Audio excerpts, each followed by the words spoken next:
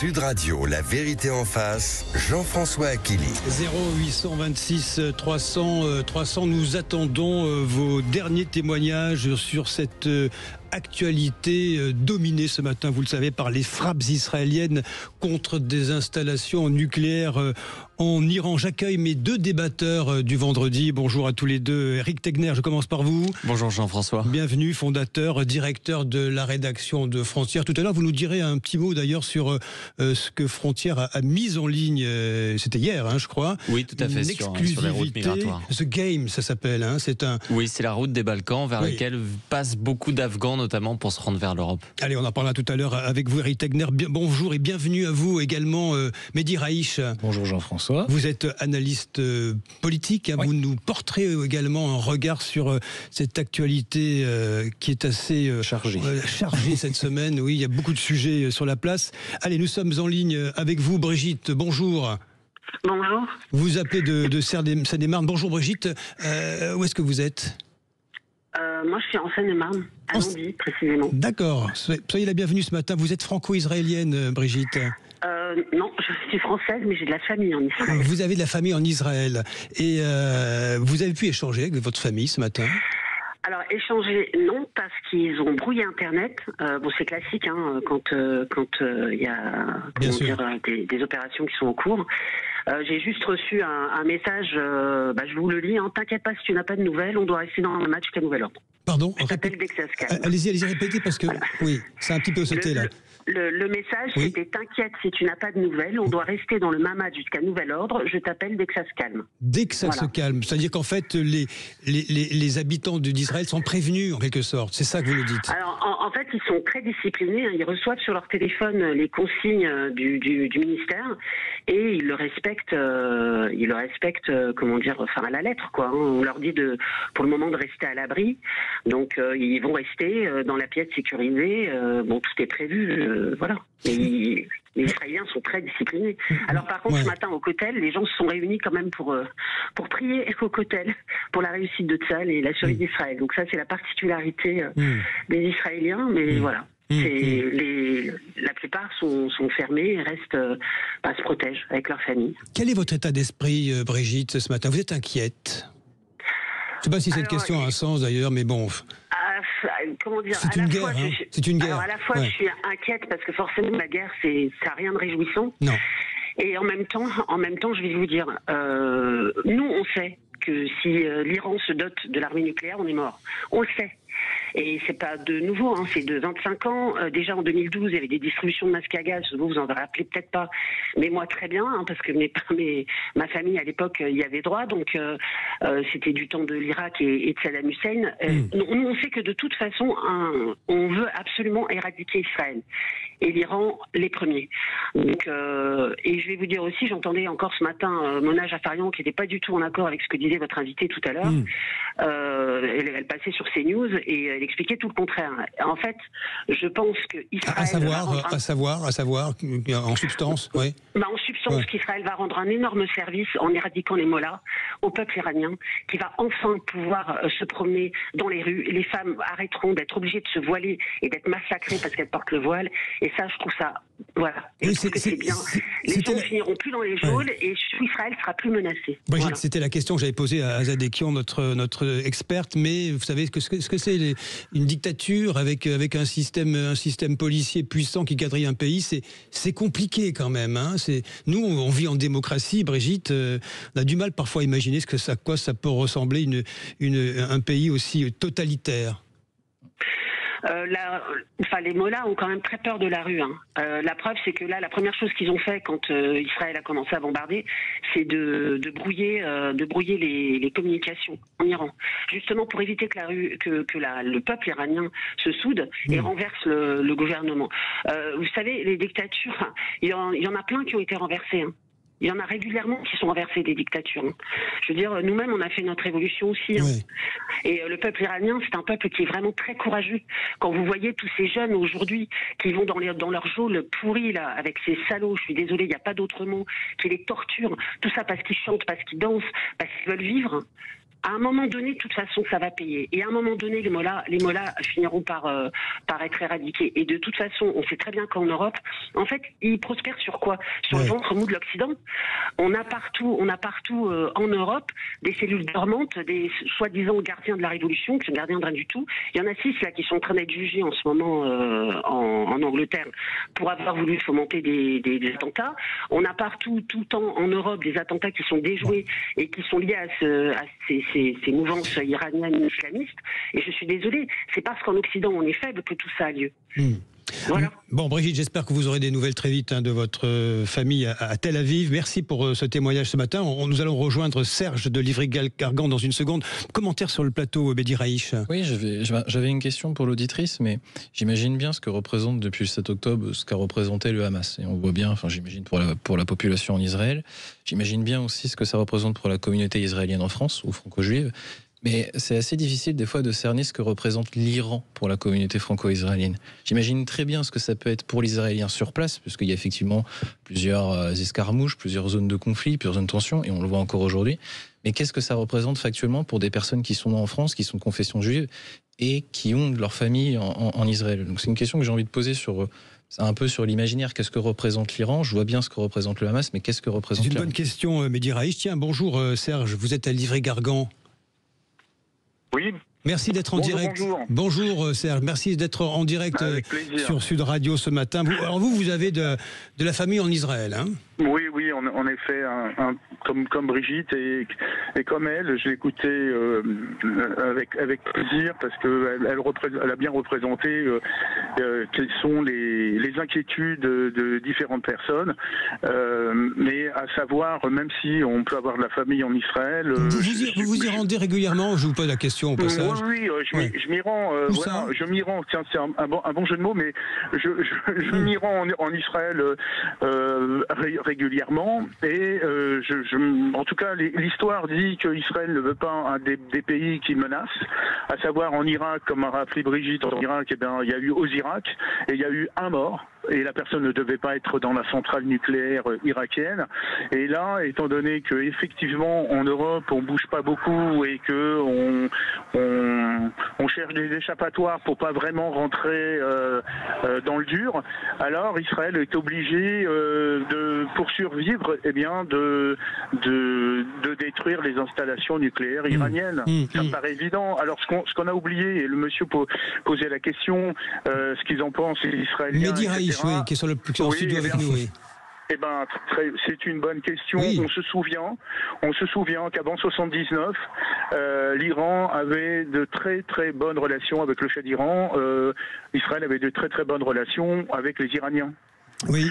Et on aimerait dans le monde que chacun puisse avoir comme ça des bonnes relations. Et on voit bien que les pays arabo-musulmans cherchent à avoir de bonnes relations avec Israël aussi. Oui, jusqu'à ce que l'ayatollah Khomeini quitte Neuf-le-Château et arrive triomphalement à Téhéran avec les suites que l'on connaît. Comment est-ce que vous vivez, vous, Serge? Vous avez de la famille dans le sud et le nord d'Israël, si j'ai bien compris. Comment est-ce que vous vivez depuis le 7 octobre? Mais alors, mon cher monsieur, les Israéliens nous demandent comment on fait pour vivre en France. Eux, ils sont inquiets pour nous. C'est-à-dire? Ah oui, par rapport à ce qui se passe, par rapport à l'antisémitisme. Oui, par rapport à ce qui se passe en l'antisémitisme en France, ils sont inquiets pour nous, les Israéliens. À l'envers. Et nous, on est inquiets pour eux. Et eux, ils sont inquiets pour nous. Mais eux sont habitués au conflit, finalement. Ils sont habitués à vivre en permanence. Nous aussi, monsieur. Nous aussi, monsieur. C'est parti. Nous aussi, on est habitués depuis une vingtaine d'années. Les écoles confessionnelles prospèrent en France parce que c'est pas pour des raisons de religion, c'est pour des raisons de sécurité. Et surtout, alors bien sûr, il y a des histoires de religion, etc., manger cachère, machin, etc., mais c'est surtout pour des raisons de sécurité que les parents mettent leurs enfants dans des écoles confessionnelles. Nous, ça fait plus de 20 ans. Alors quand on entend aujourd'hui l'islamisme et en France, les frères musulmans, etc., c'est pas qu'on sourit, mais on se dit, enfin, les gens ouvrent les yeux, et ça fait plus de 20 ans que ça se passe comme ça. Il y avait Éric Zemmour, que vous devez connaître, qui avait dit il y a plusieurs années qu'il n'y avait plus d'enfants juifs dans les écoles du 93. Il avait à peine exagéré. C'est vrai que la communauté juive de Sarcelles depuis longtemps, en grande partie, à plier bagage. Hein, ça a été dit et redit, y compris par des élus de Sarcelles. Il y a un vrai problème dans ce pays depuis de longues années qui n'est plus masqué aujourd'hui. En tous les cas, merci Serge. J'espère que vous aurez des nouvelles de votre famille rapidement. Un dernier mot ? Oui, je voulais dire qu'il est temps que la France prenne ce problème en main. Oui. Il est temps que nous ayons un président courageux et qui puisse dire les mots qu'il faut dire. Voilà, je vous souhaite une très belle journée. Merci pour ce témoignage, Serge, en direct de Livry-Gargan, La Vérité en face, 0826 300 300. Dans un instant, je vous ferai réagir, Éric Tegner et Mehdi Raich, sur ce qui a été dit par nos auditeurs. On se retrouve pour la suite de La Vérité en face. Sud Radio, La Vérité en face, Jean-François Akili. 0826 300 300, actualité extrêmement chargée ce matin, en ce vendredi 13, et oui, gare aux superstitieux. Tiens, au passage, je rassure un de mes meilleurs amis de Sarcelles, je sais, c'est dans le Val d'Oise, je suis au courant, et je te salue au passage. Allez, tiens, vous savez que c'est la fête des pères dimanche, parce que l'actualité est assez dure, mais on va quand même marquer une pause dimanche pour souhaiter la fête, oui, une pause d'amour. Hein. Alors à l'occasion de la fête des pères, vous le savez, hein, Sud Radio, cette semaine, toute la journée, dans chaque émission, nous vous offrons un bracelet de la collection Lettres de la marque levent-à-la-française.com. C'est un bel objet, je l'ai vu, une manière élégante, émotionnelle de célébrer les mamans. C'est la fête des pères, bon. On va arrêter là-dessus. Un bracelet qui vous accompagnera toute votre vie. Il est assez beau. Alors c'est à vous de jouer. Hein. C'est facile. Comme d'habitude, vous faites le 0826 300 300. C'est vendredi 13. Nous verrons qui va l'emporter. À vous. Sud Radio, La Vérité en face, Jean-François Akili. Allez, avec nos invités, Éric Tegner, donc fondateur et directeur de la rédaction de Frontières, devient dyslexique à la fin de la semaine. Et vous, Mehdi Raich, analyste politique. Je vous fais réagir d'abord tous les deux. Tiens, d'abord vous, Éric, sur ce qui a été dit par ceux qui nous ont appelés Brigitte et Serge, hein, Seine-et-Marne, Livry-Gargan, qui ont de la famille en Israël et qui traduisent une forme de difficulté. C'est depuis le 7 octobre hein, dans ce pays. Et cette étonnante révélation de Serge qui nous dit, en Israël, ils se demandent comment nous on fait depuis. En France. Oui, c'est toujours très important de leur donner la parole parce que on n'a pas conscience de ce qu'ils vivent aujourd'hui. C'est-à-dire qu'Israël est vraiment dans une situation de guerre. En effet, beaucoup de Juifs français parfois sont rentrés en Israël parce qu'en France, ils ne se sentent absolument pas défendus. Quand on voit aujourd'hui les propos d'Emmanuel Macron, ils ont l'impression que le président de la République est bien plus sévère à l'égard de Netanyahou qu'il peut l'être à l'égard du président Tebboune, par exemple le président algérien. Forcément, ça ne les rassure pas. Il faut avoir en tête que Israël, vous savez, c'est un petit pays qui est la taille de la Bretagne, avec assez peu finalement d'habitants. On pourrait dire que c'est l'équivalent de l'Île-de-France, et ils sont au milieu de plein de pays arabes aujourd'hui qui veulent tout simplement sa destruction. C'est ça la réalité, c'est qu'ils sont en train de résister face à un monde totalement islamiste, et donc c'était la réponse de cette nuit qui est compréhensible, parce que si demain l'Iran se dote de l'arme nucléaire, c'est fini. C'est fini. Oui. Voilà, c'est aussi simple que ça. Ils sont dans une situation où s'ils ne gagnent pas, ils peuvent finir par perdre leur terre. C'est un principe de réalité. Mehdi Raich, je vous ai vu réagir tout à l'heure à notre auditeur. Qu'est-ce que vous vouliez dire ? Ce qui était intéressant, c'est ce qu'il a dit à la fin sur la politique française. C'est quand il dit, mais la politique française, ou du moins le politique français, ou les instances, le gouvernement français ne se saisit pas de cette question. Ce qui d'ailleurs induit ce que tu as dit, c'est que les Juifs de France ou les Franco-Israéliens ne se sentent même plus en sécurité en France, à tel point que même dans leur pays qui est en guerre, l'Israël, ils estiment qu'ils sont dans une meilleure sécurité. Ce qui est quand même assez paradoxal. Donc ce sujet-là, pour moi, c'est peut-être le point le plus important dans ce qu'a dit Serge. Le deuxième point, c'est on voit depuis, le mouvement, il date depuis les années 70-80, effectivement, la plupart des Juifs dans les pays arabes et dans les pays musulmans, parce que pays arabes, ça c'est différent, on dit pays musulmans, ont été chassés des pays musulmans. À tel point qu'aujourd'hui, la portion congrue se retrouve en Israël, et c'est un pays, s'il perd sa guerre, ou s'il perd, en fait, si l'Iran se dote de l'arme nucléaire, c'est un pays qui littéralement est en danger de mort. Oui. Donc il faut bien mettre en avant à la fois cette lame de fond qu'il y a eu dans les pays musulmans de détestation, qui peut trouver à la fois des origines purement politiques. On a longtemps parlé de la cause palestinienne, par exemple, comme d'un aphrodisiaque pour les pays arabes, c'est vrai. L'antisémitisme est aussi intrinsèquement lié à l'islam, mais je n'ai pas forcément envie d'en parler tout de suite, mais c'est aussi quelque chose qui a servi à la politique de certains pays arabes. Et on a vu tout ce qu'il y a eu avec les guerres de Kippour, les guerres du 6 jours, ça a été pendant très longtemps, c'est ce sujet-là qui ressort. Donc sur le sujet israélien, je pense qu'on ne sait pas ce que c'est. Nous en France, on a oublié ce que c'était que d'avoir un pays, s'il perd sa guerre, c'est fini. La population sera éradiquée. Oui, nous avons du mal à prendre conscience de cette réalité-là. Éric Tegner, c'est vrai que nous parlons beaucoup du Proche-Orient et pour cause. Ce qui se produit ce matin est un tournant dans ce qui se passe dans cette zone-là, et qui est une poudrière. Ça se dit depuis des décennies, depuis que je suis gamin. C'est à la une de l'actualité. Éric Tegner, c'est dans ce contexte de tension extrême que nous avons vu la conclusion hier soir comment on peut appeler ça, du cirque. Vous dites Mehdi Raich. Moi je dis cirque. Éric Tegner, du feuilleton de la flottille. Rima Hassan de retour à Paris, à Roissy, qui aussitôt a rejoint une manif pro-palestinienne, place de la République. Ah oui, les images étaient folles, à 22h. Moi, j'ai vécu ça en direct. Rima Hassan, c'est simple, ils sont en train de l'ériger dans la nouvelle Jeanne d'Arc aujourd'hui de cette extrême gauche. Les mots de Jean-Luc Mélenchon qui s'est adressé aux jeunes filles de France en leur disant je vous souhaite d'être des Rima Hassan demain. Imaginez quand même la réalité. Quand on voyait ces images, on ne se sentait pas du tout en France, on ne se croyait pas du tout à Paris. Rima Hassan est en train de prendre le leadership aujourd'hui de l'extrême gauche de façon large également. On a vu comment les socialistes ont pu la soutenir aujourd'hui. Il y a une véritable connivence de ce côté-là, et surtout quelque chose de scandaleux qui consiste à faire croire que c'était une otage, comme si finalement aujourd'hui une otage avait pu par exemple refuser sa libération, parce que c'est quand même ce qu'elle a. C'est cette façon en permanence d'essayer de mépriser les otages encore détenus par le Hamas. Vous diriez que l'opération Éric Flottille, je l'appelle comme ça, a atteint sa cible techniquement? Ah bien sûr, c'est des millions de vues sur Instagram, sur les réseaux sociaux. Ils sont en train de lobotomiser une nouvelle génération.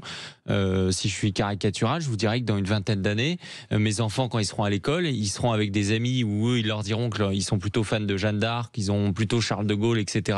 Et leurs amis leur répondront, nous c'est Rima Hassan. C'est-à-dire qu'il y a quand même quelque chose qui est fort. J'espère quand même que d'ici là, la polarisation va s'apaiser un petit peu. Je ne crois pas. Je pense que ça va aller en s'accélérant. Rima Hassan est quelqu'un de doué, qui parle vraiment à une génération de jeunes, qui a un discours construit, et ça infuse. Mehdi Raich, je rebondis sur ce que dit à l'instant Éric Tegner. Jean-Luc Mélenchon et les Insoumis avaient déjà réussi à imposer le mot génocide dans le débat public. On a beau expliquer et réexpliquer la définition même de ce mot, ça ne passe pas. Là, ils y ont ajouté otage. Mais en fait, ce qui est frappant, c'est sur les images d'hier. Les images, c'est-à-dire la place de la République. Place de la République avec Rima Hassan, c'est que c'est vraiment une béatification politique. Elle est érigée comme une nouvelle Madone, Rima Hassan. Ce qui est intéressant, c'est que lorsque vous voyez les propos de Jean-Luc Mélenchon, ce que tu as dit sur c'est une nouvelle, il faut que toutes les femmes, toutes les jeunes filles soient des nouvelles Rima Hassan. Je pense que la France insoumise va avoir un problème en interne, puisqu'on voit petit à petit une passation de pouvoir finalement populaire, dire publique, entre la personne de Jean-Luc Mélenchon qui incarne l'autorité morale et l'autorité intellectuelle de la France insoumise vers Rima Hassan. Et ce qui est intéressant, c'est que sur la cause palestinienne, même si elle est totalement légitime, je peux comprendre que sur un point de vue humanitaire, la situation à Gaza, elle est catastrophique, il faut le dire. Les personnes, à tel point le discours, on a reconstruit un discours sur c'est une otage, alors qu'elle n'a pas été une otage, il faut le dire très clairement. Tout ce qui a été dit, les paroles des Thomas Porte, des Louis Boyard, tout ce discours, il lui suffit de dire je rentre à Paris et il avait un avion direct. Oui, mais l'effet pervers, c'est que si l'objectif était de mettre en avant la situation humanitaire à Gaza, ça se comprend parfaitement, c'est légitime, on peut le penser, pas de problème. En revanche, l'effet que ça produit, c'est que on en devient presque antipathique. C'est-à-dire que ça concentre tout autour de la personne de Rima Hassan. Et les gens, je pense, une bonne partie des gens ne peuvent plus, en fait, ne supportent plus ce qui se passe avec elle, ne supportent plus le discours qui est fait avec la France insoumise autour du sujet de la cause palestinienne, alors que c'est une cause qui pourrait être parfaitement entendue, sachant la catastrophe humanitaire qu'il y a là-bas. Pour poursuivre sur cette idée que Tegner, Jean-Luc Mélenchon parle de propagande, enfin, c'est quoi, c'est une guerre de communication, là ? Ça c'est clair. Moi j'ai entendu aussi le discours de Jean-Luc Mélenchon. C'était hier. Il a tenu un meeting. C'était à Rouen, qui était d'une violence absolue. C'est-à-dire que franchement, vous écoutez, vous éteignez le son et vous regardez juste les images. Pardonnez-moi, j'aime pas le comparatif, mais on se croira une personne dans les années 30. C'est-à-dire que il y a une violence, il y a de la haine, il y a de l'antisémitisme aussi dans le fond. Quand il dit retenez ces visages laids, essayez de retenir les noms, il y a cette logique aussi de vengeance par rapport à ces personnes. C'est un choix de la radicalité de la part du leader insoumis parce que c'est une clé peut-être de résolution de sa candidature pour 2027. Alors oui, c'est vrai, parce qu'il cherche à mobiliser le quartier, cherche à mobiliser du monde. Moi, je pense qu'il peut et qu'il sera au second tour de l'élection présidentielle. En revanche, je pense qu'il n'est pas... Vous pensez qu'il y sera? Ah bah totalement. C'est-à-dire que, vous savez, la gauche, ils reviennent à la maison, ils se foutent sur la gueule, c'est comme une grande famille. Et après, ils vont regarder celui qui est en tête, celui qui a les troupes. Mais qui connaît Olivier Faure? Qui va aller au Parti Socialiste? Vous croyez que c'est Glucksmann qui va rassembler la gauche? Tout ça, ça n'existe pas. C'est dans la tête de certains Parisiens. C'est Jean-Luc Mélenchon qui va prendre le lead. En revanche, là où je pondérerais vos propos, c'est que Jean-Luc Mélenchon n'est pas si radical par rapport à sa base. Il est au centre de sa base. Parce que croyez-moi, les militants qui sont place de la République, quand vous leur parlez, eux, ils disent que le Hamas, c'est génial, et ils tiennent des discours qui, pour le coup, sont clairement antisémites. C'est-à-dire, ils ne cherchent même pas à se cacher. Oui, et c'est ça qui est intéressant, c'est qu'on pense souvent que Jean-Luc Mélenchon, c'est l'extrême gauche de l'extrême gauche, alors que non, l'extrême gauche aujourd'hui, elle va bien plus loin. Allez, c'est pour ça que c'est pour ça que le pari de la France insoumise est assez cynique sur ça. C'est-à-dire que sur ce qui a été dit, il y a aussi les propos d'Alma Dufour qui a aussi parlé sur sa conférence à Rouen. Et le sujet est intéressant parce qu'il voit les musulmans, en fait, via le sujet palestinien, ils cherchent à avoir le vote musulman. On sait que c'est une population qui est plutôt jeune dans les quartiers, qui ne vote pas. Et en se disant, je touche à la cause palestinienne, je touche forcément aux musulmans, et ils voient les musulmans comme un ensemble homogène, comme un bloc monolithique. Or, c'est profondément soit une vision paternaliste, soit une vision racialiste. Donc on est vraiment sur une ligne de crête de la part de Jean-Luc Mélenchon, sur une optique, on va dire, une manière de voir la vie politique française et le possible électorat qui est assez dangereuse. Allez, dans un instant, merci Mehdi, dans un instant, retour, si je puis dire, à l'actualité purement nationale, et pourrons-nous éviter d'autres nos-gens à l'avenir? Je vous pose la question. Et est-ce qu'au fond, qu'est-ce qu'il faut penser de la multitude d'annonces survenues depuis mardi, depuis le meurtre de Mélanie à Nogent en Haute-Marne? On se retrouve dans un court instant pour la suite de La Vérité en face. Sud Radio, La Vérité en face, Jean-François Achilly. 0826 300 300, vous réagissez, vous le faites depuis ce matin à cette actualité extrêmement dense. Nos deux invités, nos deux débatteurs, Éric Tegner, fondateur, directeur de la rédaction de Frontières, Mehdi Raïch, vous êtes analyste politique. Nous évoquions à l'instant le Proche-Orient et ses retombées dans le débat national. Il y a un autre débat qui ne vous a pas échappé, évidemment, c'est cette pluie de propositions, de propositions faites depuis la mort, le meurtre de Mélanie, la surveillante tuée à coups de couteau par ce collégien de 14 ans, je le rappelle, qui est mis en examen désormais pour meurtre aggravé et qui a été placé en détention provisoire. Parmi les annonces faites, alors il y a eu de mémoire l'interdiction de la vente des couteaux aux moins de 15 ans. Vous avez eu la proposition de poster, d'installer des portiques à l'entrée des établissements scolaires. Vous avez également pas de réseaux sociaux pour les moins de 15 ans. C'est ce qu'a dit le président Emmanuel Macron. C'était sur France 2 cette semaine. Écoutons-le. Moi, je porte l'interdiction des réseaux sociaux pour les moins de 15 ans. Et on peut le faire, parce que toutes ces plateformes ont la possibilité, par la reconnaissance faciale ou des identifiants, de vérifier l'âge. On sait faire de la reconnaissance faciale. C'est exactement ce qu'on a fait avec la régulation européenne pour réguler les sites pornographiques, pour faire justement une vérification de la majorité. Et donc, on doit interdire les réseaux sociaux aux moins de 15 ans. Je nous donne quelques mois pour arriver à faire la mobilisation européenne. Sinon, je négocierai avec les Européens pour que nous, on commence à le faire en France. On ne peut pas attendre.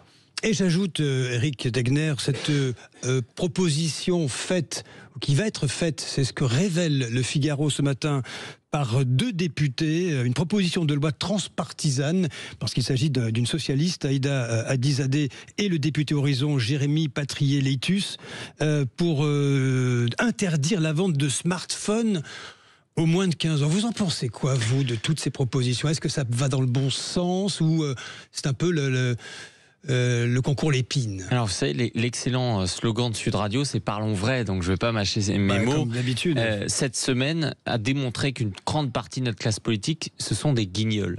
Des guignols. C'est-à-dire qu'on se retrouve avec des gens... non, mais c'est une réalité. Oui. On se retrouve avec des gens qui nous proposent l'interdiction des réseaux sociaux aux moins de 15 ans et l'interdiction des couteaux.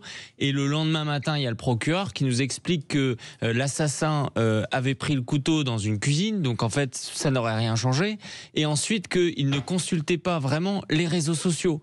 À quel moment ils sont capables de proposer ça? Et je vais même vous dire, moi, ce qui m'a inquiété, c'est que je me suis dit, mais en fait, Emmanuel Macron, François Bayrou, ils ont même pas pris la peine d'appeler le procureur en essayant d'avoir un peu accès au dossier, parce que le meurtre a eu lieu à 8h du matin. Ils ont fait leur proposition le soir même, ils ont continué le lendemain matin. Dès l'après-midi, le procureur, il était au courant de ces éléments-là. Ça veut dire qu'ils s'en moquent. La vérité, c'est ça, c'est que on pense, et nos auditeurs peut-être peuvent imaginer de façon naïve que ils ont beaucoup réfléchi aux solutions, mais c'est faux. Ils nous ressortent le truc habituel quand il faut mettre. Excusez-moi, mais est-ce que dans les autres pays occidentaux, il y a le même niveau d'insécurité? Non. La France aujourd'hui est dans le top de l'insécurité. Est-ce qu'on a plus de réseaux sociaux qu'ailleurs? Les solutions sont ailleurs, c'est ça? Mais bien entendu. Oui. Mais c'est plus difficile. Mais Raï, je ne sais pas si vous êtes dans le parlons vrai ou parlons cru d'Éric Tegner, mais qu'est-ce que vous dites, vous, sur ces propositions multipliées depuis... C'est normal que les politiques essaient de mettre des idées sur la table quand même. Oui, mais ça sert à rien, les propositions ne sont pas bonnes. Faut quand même, on en a parlé un peu avec Éric en off, mais il faut quand même se dire que la première mission de l'État, c'est de protéger ses agents. On se retrouve dans une situation où une femme est tuée dans une enceinte scolaire alors qu'il y avait des gendarmes. C'est-à-dire que l'État n'assure même plus sa première fonction, qui est celle de protéger ses agents et ses fonctionnaires. On a un recul, par exemple, moi j'adore ce sujet parce que je pense que l'école, c'est peut-être un poncif, mais l'école pour moi c'est quand même la mère des batailles. Former à l'esprit critique, former les élèves, pour moi c'est ce qui est le plus important. On voit un recul de la lecture, on voit une augmentation de la violence à l'école. Tout ça fait système, et en même temps personne ne met le sujet de l'autorité parentale. Personne ne parle de l'autorité parentale. Donc les trois, pour moi, c'est trois thématiques. À la fois l'État qui ne fait plus du tout sa mission de protection des enfants et de l'école. L'école qui est en retard absolument dans tous les indicateurs. Le manque de l'autorité parentale, pour moi, fait système. On se retrouve à faire des propositions dures. Attendez, on va interdire les couteaux, mais pourquoi pas interdire les restaurants? Pourquoi pas interdire les cuisines aussi? Où est l'intérêt? C'est quoi, en fait? Quand on pense une loi, quand on pense une proposition, on doit penser à sa mise en application et aux externalités que propose cette loi. Quelle est l'efficacité de cette loi? Comment vous allez la mesurer? On a eu quand même deux gendarmes, si je ne me trompe pas, qui étaient présents lors de ce meurtre. Il n'y a rien eu. Il n'y a rien eu. Et la seule logique que nous trouve soit François Bayrou, soit Emmanuel Macron, c'est on va interdire les réseaux sociaux, nouveau coupable, et on va interdire les couteaux. Et les mauvaises réponses, selon vous, Mehdi Raïch, et la faisabilité que vous mettez en doute ce matin. Pour conclure, Éric Tegner, j'ai envie, pardonnez-moi, de faire une parenthèse. The Game, c'est ce que vous proposez sur le site de Frontières. Dites-nous quelques mots là-dessus. Oui, sur le site de frontieresmedia.fr. En fait, moi, j'ai beaucoup voyagé sur les routes migratoires parce que je voulais aller voir de moi-même au contact des passeurs ou des migrants et ne pas avoir juste l'information dans des ONG. Oui. Chez moi-même, c'est près de 2 ans de travail, j'ai fait une quinzaine de pays. Et là, The Game, c'est quoi? C'est la route des Balkans. C'est celle la plus dangereuse. On peut voir beaucoup d'Afghans aussi qui viennent par là, des Pakistanais, des sortants de prison du Maroc qui vont à cet endroit-là. Et donc, c'est un documentaire que j'ai réalisé où je suis allé voir des ONG, j'ai rencontré des passeurs et je montre comment, du côté des Balkans, il y a un système avec des passeurs locaux aujourd'hui, qui a de la corruption, que Frontex est absolument inefficace et que d'une certaine façon, les ONG jouent un vrai jeu dangereux. Sur le site, on le rappelle. De Frontières. Merci à tous les deux, Éric Tegner, merci Mehdi Raïch. Notre gagnant d'un autre jeu, c'est vendredi 13. Vous savez, c'est le bracelet de la fête des pères de la collection Lettres de la marque Le Vent à la Française.com. C'est Francis. Vous avez gagné. Bravo Francis. Vous êtes à Bédarieux, dans l'Hérault. Vous êtes l'heureux gagnant. Quelque part, ce vendredi 13 vous a porté chance. Dans un instant, les médias avec Valérie, expert, et Gilles Gansman. Pour ma part, je vous souhaite un excellent week-end sur Sud Radio, bien évidemment.